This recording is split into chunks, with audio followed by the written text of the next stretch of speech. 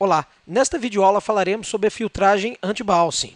Este ruído é indesejável no pino de entrada do microcontrolador, já que as oscilações no sinal podem representar para este um botão sendo pressionado ou solto diversas vezes seguidas. Esse fenômeno é conhecido como bouncing. Normalmente existem dois métodos mais comuns para se fazer o debouncing de botões de entrada. O primeiro método consiste em verificar o nível do sinal de entrada em intervalos de tempos definidos. Verificar se o sinal permanece sem mudança de nível por 20 milissegundos ou mais. Este método tem como grande vantagem a possibilidade de ser implementado em uma rotina de interrupção. Isto permite a verificação periódica do sinal de entrada em paralelo com a execução da aplicação. E é um método que nós vamos adotar para a biblioteca de GIN nesta videoaula. O segundo método ele consiste em verificar continuamente a consistência do sinal de entrada e aguardar até que o mesmo permaneça sem mudança de nível por 20 milissegundos ou mais. A desvantagem neste método é que a aplicação não é executada enquanto a varredura é realizada. Isso toma processamento que poderia ser importante para outros recursos do seu projeto. Muito bem. Seguindo a mesma linha de raciocínio que foi apresentada nas videoaulas anteriores, vamos então à pasta dos exemplos do nosso curso. Vamos ao exemplo 5, pertencente a essa videoaula. Podemos observar aqui 3 arquivos diferentes. 2 arquivos relacionados à biblioteca de GIN, o arquivo de cabeçalho e o arquivo fonte, e o arquivo fonte principal desse novo projeto. Então podemos observar que há uma nova modificação aqui para a biblioteca de GIN. Vamos abrir o arquivo de cabeçalho, fazer o mesmo procedimento, Ctrl A, Ctrl C, copiar este novo código e inserir este novo código modificando o código anterior da biblioteca de GIN. Abrimos então o arquivo de GIN.h, Ctrl A, vamos apagar o código anterior, Ctrl V, inserindo o novo código deste projeto. Vamos fazer a mesma coisa para o arquivo de GIN.c, Ctrl A, Ctrl C, abrimos o arquivo de GIN.c, Ctrl A, apagar e inserir esta nova modificação. Bom, no arquivo de GIN.h, nós percebemos aqui que ele não reconheceu aqui neste include a biblioteca STM32FDX tin.h. Então, nós vamos inserir essa biblioteca de timer, né? Aqui já nós vamos utilizar, então, para este projeto aqui, para esta videoaula, a biblioteca de timers, né? Do periférico timer, do nosso microcontrolador. Para isso, então, nós vamos em repositório, vamos buscar aqui em bibliotecas de periférico DST a biblioteca timer, que está aqui, ó, timer driver. Inserimos a biblioteca de timer, ela vai ser criada lá no diretório do nosso projeto. A gente pode observar o tem.h e o tem.c. E se abrirmos agora novamente a biblioteca, o arquivo de cabeçalho de GIN.h, da nossa biblioteca de GIN, percebemos que esse erro ele sumiu. Bom, vamos inserir então agora o diretório do projeto, do arquivo principal do nosso projeto, desta videoaula. Clicamos com o botão direito em Main Files, adicionar grupo. Neste caso, o grupo para esse projeto se chama GPIO Digi in Filter Test. Vamos criar um arquivo fonte para este novo diretório. Vamos em New File.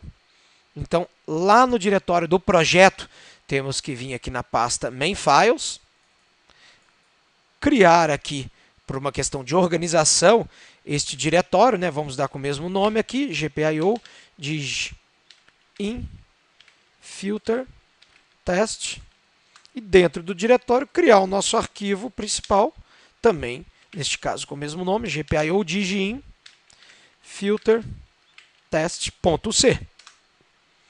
Vamos então lá nos nossos exemplos, copiar o código deste novo arquivo, Ctrl C, e colar dentro da nossa aplicação. Analisando a biblioteca de GIN, né, inicialmente o nosso arquivo de cabeçalho, nós já podemos observar algumas modificações em relação ao arquivo de GIN.h e também ao arquivo de GIN.c que fizemos há 2 videoaulas atrás, que criamos há 2 videoaulas atrás. Nesse caso, nós adicionamos agora para esta nova biblioteca a possibilidade de se trabalhar com timer, para justamente criar aí rotinas que possibilitam a filtragem dos ruídos nas nossas chaves ou mesmo nos nossos circuitos de entrada aqui no caso. Nós temos aqui a inclusão das mesmas bibliotecas que foram anteriormente utilizadas. Nesse caso agora nós temos aqui a inclusão da biblioteca timer de mais duas bibliotecas, a biblioteca de miscelâneos e a biblioteca de standard booleanos. Se nós quisermos utilizar a biblioteca de GIN com as mesmas funcionalidades da biblioteca que foi apresentada 2 videoaulas atrás, basta aqui adicionarmos um comentário aqui para definição dessa string chamada DeinUserTimer, que todas as linhas tanto do arquivo de GIN.h quanto do arquivo de GIN.c que trabalham com esta nova funcionalidade, eles serão aqui, no caso, apresentados de uma forma diferente dos arquivos que continuam sendo utilizados. A gente pode observar que tudo que não é mais utilizado, ele vai estar de uma forma um pouco mais escura, né? A gente vai estar aqui com as linhas que não serão utilizadas pela biblioteca de uma forma um pouquinho mais aqui escura, né? Com uma cor cinza, né? Um cinza claro, indicando que estas linhas elas não serão compiladas, elas não entrarão nem no código compilado do projeto. Então isso é uma forma muito interessante, né, de se utilizar aí recursos de pré-compilação, né, diretivas de pré-compilação. Nesse caso a gente utiliza aqui as funções, as diretivas if-def e end-if, para indicar que se, por exemplo, foi definido lá no arquivo de cabeçalho o uso da string DeinUserTimer, tudo que tiver com if-def DeinUserTimer será utilizado na compilação. Porém, se nós não definirmos ou simplesmente aqui comentarmos essa linha de definição aqui do DeinUserTimer, todas essas estruturas, todas essas linhas que estão dentro do if-def até o end-if, elas serão comentadas, automaticamente comentadas e não compiladas para o projeto. Então isso é uma forma muito interessante de uso aqui da nossa diretiva de compilação aqui, no nosso caso da estrutura if-def. Então vamos descomentar aqui a definição do DeinUserTimer. Então agora todas as linhas aqui, tanto no nosso arquivo de cabeçalho, quanto no nosso arquivo fonte da biblioteca, que porventura utilizem essa string DeinUserTimer, eles serão compilados neste projeto. Muito bem, vamos voltar aqui para explicar o arquivo de GIN.h. Neste arquivo, nós já podemos observar de cara algumas modificações com relação à biblioteca anterior. Nós já citamos anteriormente aqui a utilização de novas bibliotecas, né? Como no caso aqui a biblioteca STM32 F10x Tin.h. E agora nós podemos observar aqui, muito interessante, entre as linhas aqui 14 e 25, a definição aqui da nossa frequência interna dos temporizadores e as propriedades ajustadas para este. Então, tudo que está aqui dentro desse if-def até o nosso end-if está habilitado para compilação no projeto. Aqui nós estamos definindo constantes para cada um dessas strings. Então, por exemplo, tudo que for chamado de DIN no nosso projeto vai receber, aqui no caso, TIN4. Tudo que for utilizado com string DIN clock vai receber aqui no caso RCC APB1 periférico timer 4. Bom, nós temos aqui algumas coisas importantes, por exemplo, a definição do período, né, com o valor aqui 4.999, nós vamos voltar para explicar o que é isso. Temos também aqui a definição da constante, aqui no caso da string pré-escala, com o valor numérico 719. Temos também a definição aqui do modo de contagem, né, que vai ser um modo de contagem crescente. Isso será explicado daqui a 2 videoaulas, quando nós vamos tratar aí especificamente do periférico de temporizador, nosso microcontrolador. Definimos aqui também uma divisão de clock por 1, também será explicado mais detalhadamente. Aqui nós temos a definição da nossa constante aqui, que representa a interrupção, neste caso, do timer 4. Então, nós definimos para a string DIN, TIN e RQ, né, Interrupted Request, nós estamos definindo essa constante aqui, ó, que é, no caso, TIN e RQN. Também estamos definindo aqui também o gerenciador de interrupções, que no caso será a nossa função que automaticamente será executada no momento em que a interrupção for gerada. Nós vamos programar para ela ser gerada quando acontecer o estouro, ou seja, final da contagem do nosso período, né? Num modo de contagem crescente, e no caso, essa constante ela se chama timer 4 e RQ handler. Muito bom. Todas essas definições que nós criamos aqui para o nosso temporizador, elas têm um porquê dentro aqui dessa biblioteca, né? Então, nós vamos entender um pouquinho aqui agora da escolha, do porquê da escolha destes valores aqui para o período e deste valor aqui também para a pré-escala. A pré-escala é a divisão do nosso clock principal. Então, a frequência interna dos nossos temporizadores, ela tem um valor de 72 MHz. Esses valores aqui, né, no caso do pré-escala, eles trabalham, são aqui no caso inteiros de 16 bits, né, sem sinal, ou seja, vão de 0 a 65.535, tanto o período, né, a constante por período, quanto para a divisão, para a pré-escala. Então, se nós pegarmos aqui e dividirmos os 72 MHz, então 72 milhões, dividido por, neste caso, 719, como a nossa constante numérica que ela começa em 0, né? Nós temos aqui, então, de 0 a 719, nós temos aqui 720 níveis, né? Uma divisão, neste caso, por 720. Então, se dividirmos o valor de 72 MHz por 720, nós temos aqui, então, uma frequência de 100 kHz. Isso gera um período, neste caso, de 10 microsegundos. Ou seja, né, o período do nosso clock interno, que vai executar contagem por contagem, né, incremento por incremento, o nosso contador aqui, no nosso temporizador, ele tem aqui uma definição de 10 microsegundos. Bom, como nós vamos atribuir aqui para o nosso temporizador, que nós vamos explicar aqui no digin.c, um valor de 4.999 para o estouro desse temporizador, ou seja, de 0 a 4.999, nós temos aqui, então, 5.000 níveis, 5.000 unidades. Então, ele vai contar 5.000 períodos de 10 microsegundos. Cada período equivale a 10 microsegundos. Então, 10 microsegundos vezes 5.000, nós temos, então, aqui 50 milissegundos. Então, essas são as propriedades que nós vamos passar lá para o nosso arquivo digin.c para que o nosso temporizador ele trabalhe com interrupções a cada 50 milissegundos. E, nesse caso, nós definimos o timer como timer 4 e suas propriedades, né? Bom, também aqui nós temos uma configuração exatamente igual ao que foi apresentado na biblioteca 2 videoaulas atrás. Estamos definindo aqui um número total de uma entrada. Estamos definindo um nome para aquela entrada de DIN button, né?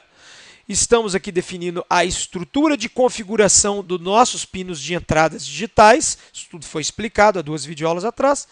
Estamos declarando aqui o protótipo das funções da nossa biblioteca. Esses 2 protótipos permanecem exatamente iguais ao que foi definido há 2 videoaulas atrás, que no caso é função de inicialização das entradas digitais e a função de leitura das nossas entradas digitais. Agora, com esse novo conceito de timers, nós vamos definir mais 3 novos protótipos. Um protótipo para fazer a leitura da entrada digital enquanto ela está com nível lógico alto, né, chamado de DIGIN High Level. Um protótipo de função para trabalhar apenas com a detecção da borda de subida da nossa entrada digital. Um protótipo para trabalhar com a borda de descida da nossa entrada digital. Então, nós estamos atribuindo aqui novas funcionalidades para a nossa biblioteca DIGIN. Bom, abrindo então o nosso arquivo digin.c, o arquivo fonte da nossa nova biblioteca DIGIN, nós podemos observar que algumas partes desse arquivo permanecem exatamente iguais ao que nós criamos, né, e explicamos há 2 videoaulas atrás, como aqui a inicialização dos pinos de entrada, né, a inclusão do arquivo de cabeçalho, é claro, né, a definição da função de inicialização. Neste caso, agora, nós acrescentamos dentro dessa função de inicialização a chamada de 2 novas funções, né, de inicialização do timer e inicialização do controlador vetorial de interrupções, que já vamos explicar. Também aqui permanece a função de leitura de uma determinada entrada digital e um acréscimo agora de novas funções, que são a implementação daqueles protótipos que acabamos de falar, que foram criados, né, dos novos protótipos criados no arquivo de cabeçalho de digin.h. Muito bem. Temos aqui, então, a definição de 2 novas funções, que são funções internas da biblioteca, ou seja, elas não são acessadas através do programa principal. Isso tem um objetivo, né? Elas são apenas utilizadas dentro do nosso arquivo digin.c. Por isso que o protótipo delas é definido aqui no arquivo digin.c e não é definido no arquivo de cabeçalho. Caso contrário, se fosse definido aqui no arquivo de cabeçalho, poderíamos acessar, chamar essas funções lá no nosso arquivo fonte, né? Muito bem, nosso arquivo principal. Na inicialização, nós já falamos, nós fazemos a inicialização de cada uma das entradas digitais e chamamos essas novas funções, a função de inicialização do timer e a função de inicialização do controlador vetorial de interrupções. Vamos começar pela função de inicialização do timer. Nesta função, nós temos aqui, inicialmente, então, a atribuição aqui, né, a declaração de uma estrutura de inicialização do timer, chamamos de TIN, Time Base Struct, e a estrutura, neste caso, que foi definida lá no arquivo de cabeçalho da biblioteca de periféricos de timer da ST, né, essa estrutura ela é composta por 1, 2, 3, 4, 5 membros, que nós vamos explicar detalhadamente daqui a 2 videoaulas quando a gente for falar do timers, mas para resumir, nós temos aqui os membros principais, o membro de pré-escala, onde nós passamos aqui o valor de divisão do clock do nosso periférico. Temos também aqui o modo de contagem, se é crescente, decrescente ou ambos. Temos aqui o período, né? O nosso contador ele vai contar de 0 até o valor definido para, no caso aqui, este membro, período da função. Também clock division, repetition counter, nós vamos explicar mais detalhadamente. Bom, aqui nós habilitamos então o nosso APB1, que é o nosso periférico aqui, o nosso barramento, no caso do periférico do timer 4, né? Nós estamos passando para esse cara aqui, então, a constante APB1, periférico timer 4, através deste cara aqui, do DIN TIN clock, que foi definido lá no arquivo de cabeçalho. Como nós podemos observar, DIN TIN timer clock, ele recebe, né, essa constante que nós estamos definindo, recebe o valor de RCC APB1, periférico timer 4. E é um jeito bem simples de nós não termos que lembrar que o timer 4, né, que aquela constante foi definida para a nossa biblioteca de entradas digitais. Nós criamos aqui, então, uma constante chamada DIN TIN clock. Não precisamos saber que ela, neste caso, é referente ao timer 4. Nós fizemos isso já lá na definição no arquivo de cabeçalho dessa biblioteca. Bom, configuramos individualmente as propriedades de inicialização do nosso timer. Tá? Então, nós temos aqui como estrutura base o período, passado através do DIN, TIN período, que também está lá no arquivo de cabeçalho e recebe o valor 4.099, como nós já explicamos anteriormente. Também para a escala serve a mesma explicação, né? A gente passa o valor 719, que vai dividir o nosso clock por 720, né? Para obter aquele período de 10 microsegundos ao qual falamos anteriormente. Também aqui o Clock Division, o modo de contagem, que no caso é a contagem crescente, e aqui através da função TIN Time Base Init, nós fazemos a inicialização do nosso temporizador. Muito bem. Aqui nesta função ARR Preload Config, nós fazemos uma pré-carga, né, do registro ARR, que é o nosso registro que indica o valor que nós vamos contar, até qual valor que o nosso contador vai trabalhar. Então, ele começa no modo de contagem crescente do valor 0 e vai até este valor de auto-recarga, que é o valor ARR, que no nosso caso é o valor do período de 4.999. Tá? Que nós fazemos a inicialização desse valor. E nós damos um comando de habilitação do clock. Então, a partir daqui, o nosso clock está habilitado e ele começa já a fazer seu incremento aí a cada período de 10 microsegundos.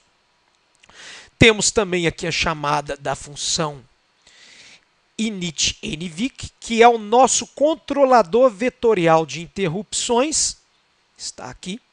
O que a gente faz nessa função? A gente também cria aqui, inicializa aqui uma estrutura nvic init typedef, né, que é uma estrutura que foi definida lá na nossa biblioteca RCC do periférico, né, Biblioteca de Periféricos ST, e ela é composta por todos esses membros aqui, né? O canal, a prioridade principal, preemption, prioridade secundária, né, a subpriority, e também aqui qual canal de interrupção, né? Muito bem. Nós habilitamos a interrupção de timer através da função TIN IT-config da biblioteca de periféricos TIN da ST. O que nós precisamos passar de parâmetro para essa função? Precisamos passar qual timer que está sendo utilizado, nesse caso dado através de DIN TIN, que lá no nosso arquivo cabeçalho recebe o valor de timer 4. Também precisamos passar aqui qual modo que ela vai operar, né? Qual que é a interrupção, a fonte de interrupção nesse caso, que é TIN Interruption Update. Neste caso, vai ser a contagem, né? O estouro do nosso ARR, que é, no nosso caso, o estouro do nosso registro de auto-reload, né? Que vai contar, neste caso, até o valor do período. 4.999. Então, a gente define aqui qual que é a fonte de interrupção para o nosso controlador vetorial aqui. Fazemos a inicialização desse cara, né? Passamos aqui o canal, né? Que é dado através dessa constante DIN, TIN e RQ, que no caso é o canal do timer 4. Tá? Configuramos aqui a sua prioridade, nós vamos colocar uma prioridade um pouco mais baixa, nós voltamos a explicar isso posteriormente, né? As prioridades elas começam em 0, que é a maior prioridade, e vão, neste caso, até o valor 15, né? Que é a menor prioridade. Isso é bem interessante no controlador vetorial de interrupções dos nossos microcontroladores ARM. É muito, muito poderoso aqui. Nós temos aqui a possibilidade de trabalhar aqui com 16 níveis diferentes de interrupção. Estamos atribuindo, neste caso, o nível 7, né, para a nossa interrupção do timer 4 e estamos habilitando aqui a nossa interrupção e jogando tudo isso daqui, toda essa estrutura para a inicialização do nosso controlador vetorial, do NVIC. Ótimo, então fizemos a inicialização do controlador vetorial de interrupções, que vai, neste caso, estourar, né? Ele vai trabalhar, ele vai gerar a interrupção a partir do estouro do nosso timer 4, né? E quando acontecer esse estouro, nós temos que tratar automaticamente, né, isso através de uma função. Nesse caso, quando acontecer o estouro do nosso timer 4, ele será tratado dentro dessas linhas da função, ao qual nós chamamos aqui DIN, TIN e ISR Handler, que lá no arquivo de cabeçalho está recebendo justamente aqui TIN4 IRQ handle, que é o parâmetro de interrupção global. Nesse caso, é a nossa rotina de serviço de interrupção do timer 4. Olha que bacana. Então, toda vez que acontecer o estouro do nosso timer 4, o nosso controlador vetorial de interrupção, o NVIC, ele joga automaticamente para essa função aqui. E dentro dessa função, o que nós estamos fazendo? Nós temos algumas variáveis locais, né? O pino de entrada, né, que é do tipo DIN_NameType, que nós já definimos lá com o nome, nesse caso, DIN_Button. Nós também temos aqui um bit action, né, bit set e bit reset, para a variável PIN_Value. E aqui nós fazemos o quê? Zeramos a flag de interrupção, é claro, para que ela possa recomeçar a contar e daqui a 50 milissegundos, no próximo estouro do timer, ela possa entrar novamente aqui dentro dessa função de tratamento automático.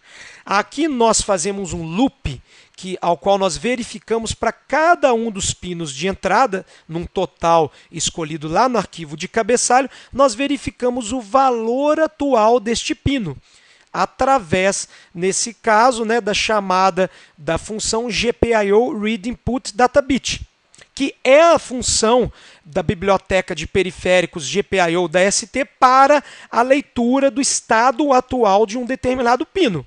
Então, nós estamos aqui, no caso, verificando o estado atual de uma determinada porta, que foi feita lá na nossa... Foi definida lá na nossa inicialização dos pinos de entrada, né? Pode ser o 0, o 1, o 2, o 3. E também para um determinado pino, né? A porta pode ser GPIO-A, GPIO-B, GPIO-C, e o pino pode ser o pino 0 até o pino 15 daquela porta de entrada.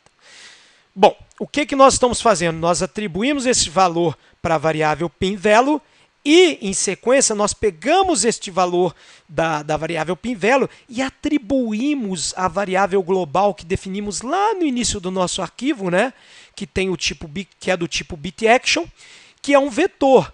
Aqui nós podemos, então, armazenar para essa variável global todos os estados atual de todas as entradas, todos os pinos de entrada que nós definimos para essa nossa função. Então, se nós tivermos aqui 20, 30 pinos de entrada, nós vamos ter um vetor aqui que vai até 30 e nós vamos ter aqui, neste momento, a cada 50 milissegundos, a atualização do estado daquela entrada específica. Então, a cada 50 milissegundos, nós rodamos, né, automaticamente essa rotina de interrupção e ela vai armazenar o estado, o valor atual daquele pino em questão. Bom, então dessa forma, como acabamos de explicar, né, a cada 50 milissegundos é gerada uma interrupção no timer 4, tá?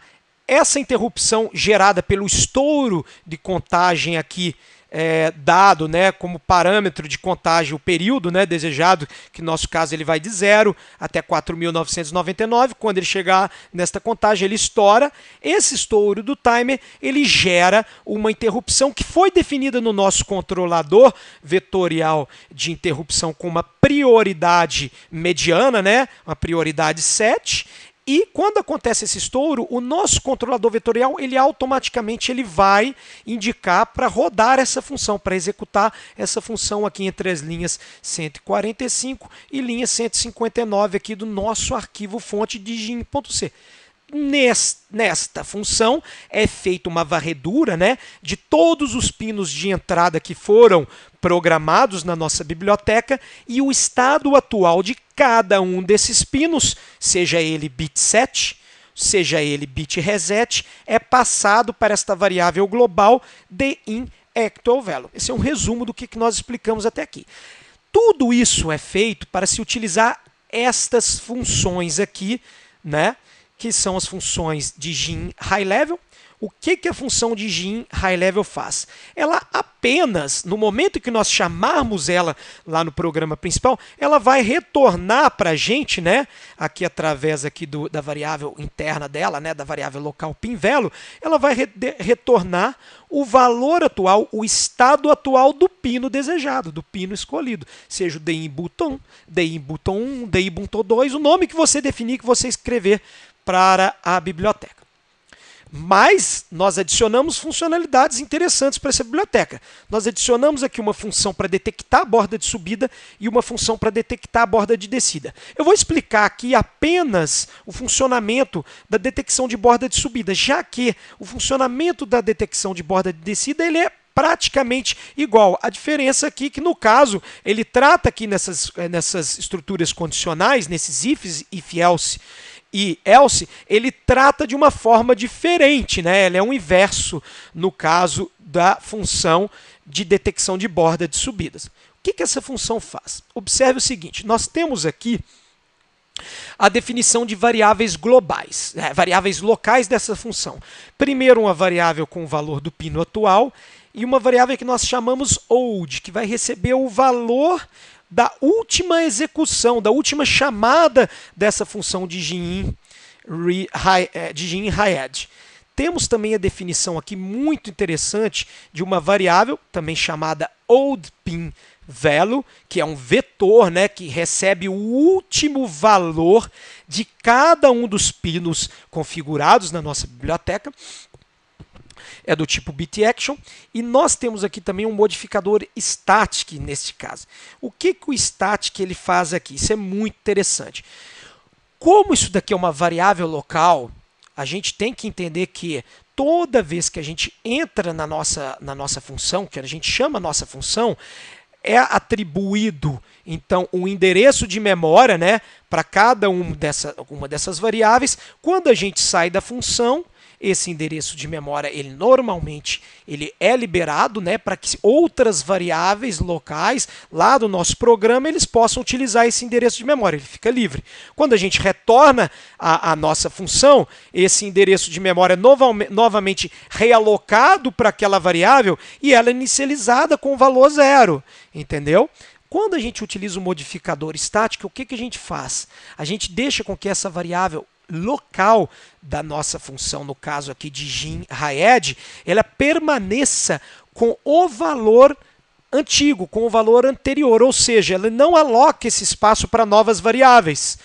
É como se fosse a definição de uma variável global. Quando a gente retorna para essa nossa função de gin high-edge, o valor do oldPinValue ele é mantido com o mesmo valor da última chamada que nós fizemos aqui para a função de gin high-edge. Então, ele permanece com aquele último valor armazenado. Aqui nessas três linhas, nós fazemos o seguinte. A variável local pinValue, ela recebe o valor da variável din, do vetor, nesse caso, din actual value para o pino escolhido. Pino 1, pino 2, pino 3, etc. Bom, este valor, então, bit set ou bit reset, ele é passado para a variável pinValue.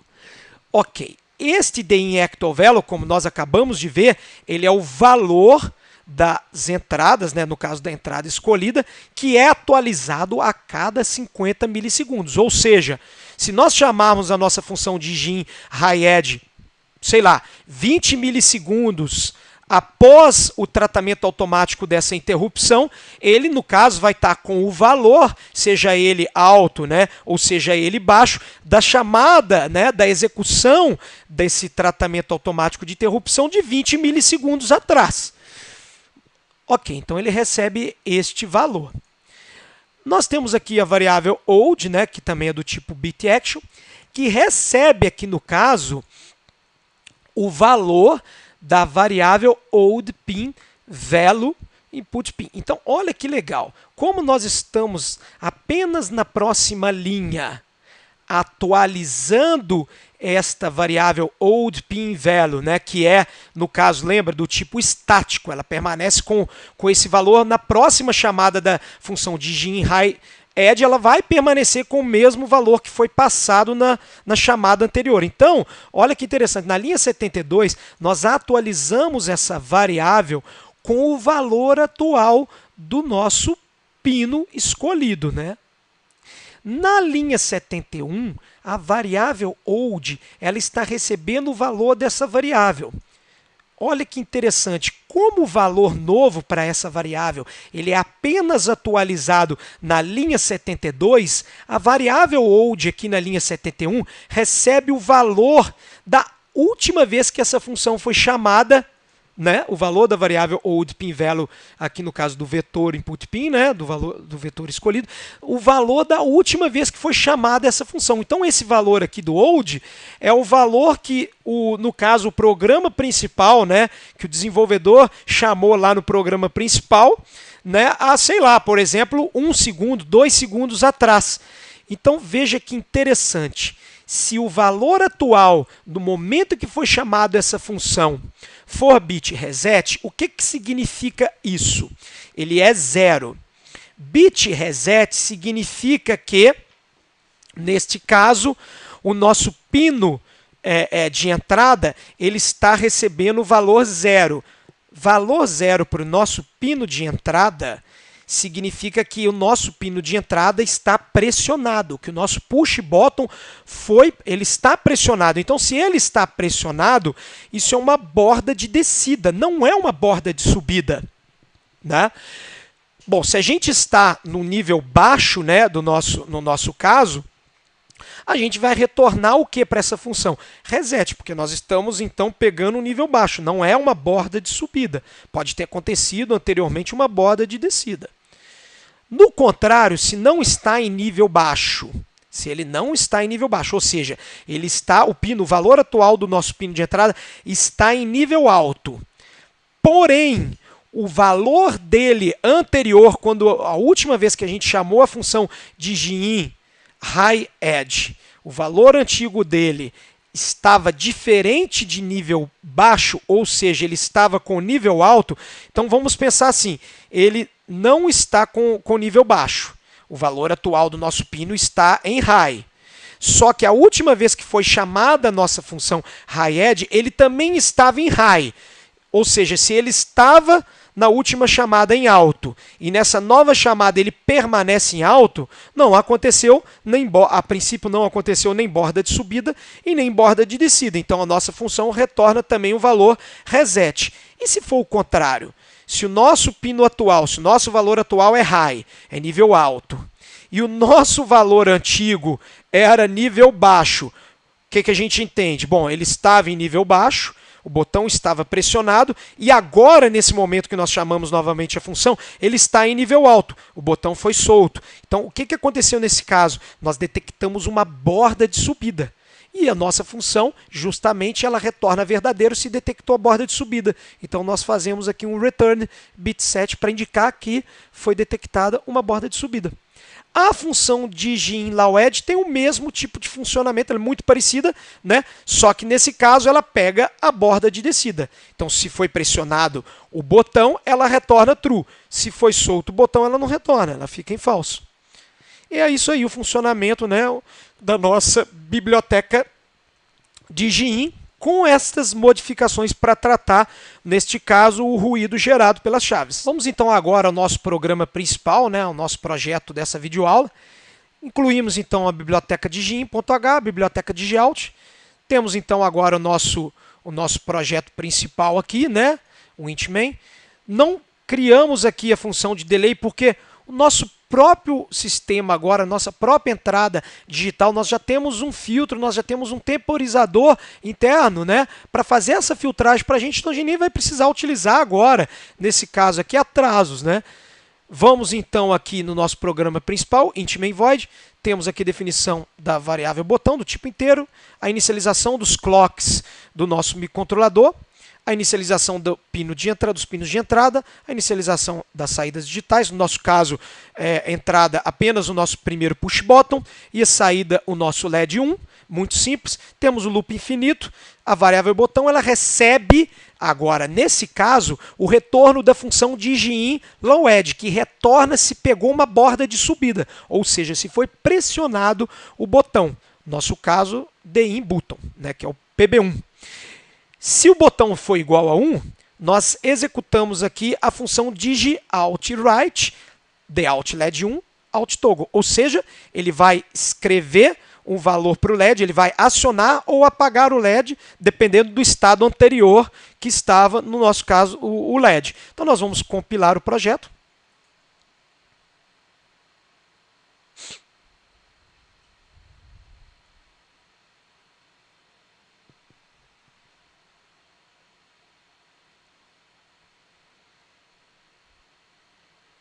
Vamos transferir o projeto para a nossa placa de desenvolvimento. E vamos observar. Bom, se pressionarmos agora então a nossa chave aqui, né, S1, podemos observar que vai ligar o LED, pressionarmos novamente ele vai apagar, justamente por causa da função toggle, né?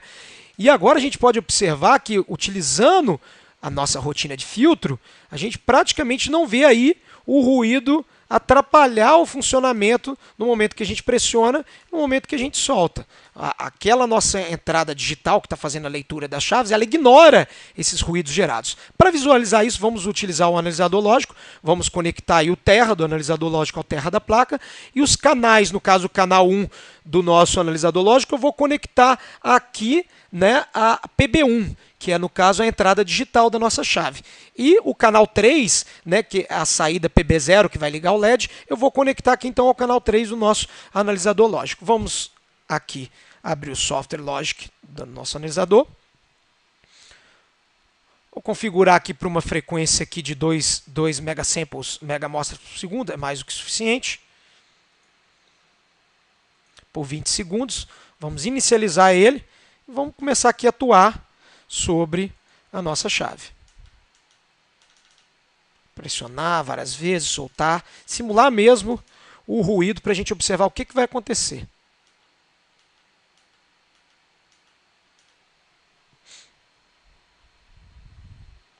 Ok.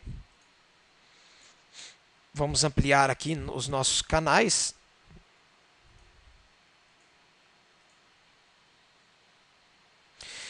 Bom, o canal 0 aqui no nosso caso, né, fisicamente lá no analisador lógico ele se chama de canal 1, né, aqui no software ele chama de canal 0. Ele, então, ele é conectado ao nosso push button. Então, tudo isso daqui que a gente está observando aqui é o push button sendo pressionado, né? Pressionado e solto. Bom, então, quando a gente pressiona o nosso push button, né, observe que a nossa saída ela estava ligada, o nosso LED estava ligado. No momento que eu pressionei o push button, o nosso LED, após um determinado intervalo de tempo aqui, ele desligou. Olha que interessante, no momento que nós soltamos aqui o nosso push button, né? Então aqui durante mais ou menos aí 160 milissegundos eu fiquei com o push button pressionado. No momento que eu soltei o meu push button, eu tenho aqui um ruído. No caso aqui, dois ruídos gerados aqui, ó. Um de 2 microsegundos e outro de 15 microsegundos. Teoricamente, nessa borda de descida, se nós não tivéssemos a filtragem, o nosso sistema aqui ele ia acionar e depois apagar a nossa saída do LED, a nossa saída digital. E isso não aconteceu porque a gente utilizou o recurso de filtragem para tal. E é isso que a gente queria apresentar nessa videoaula. Muito obrigado a atenção de todos vocês.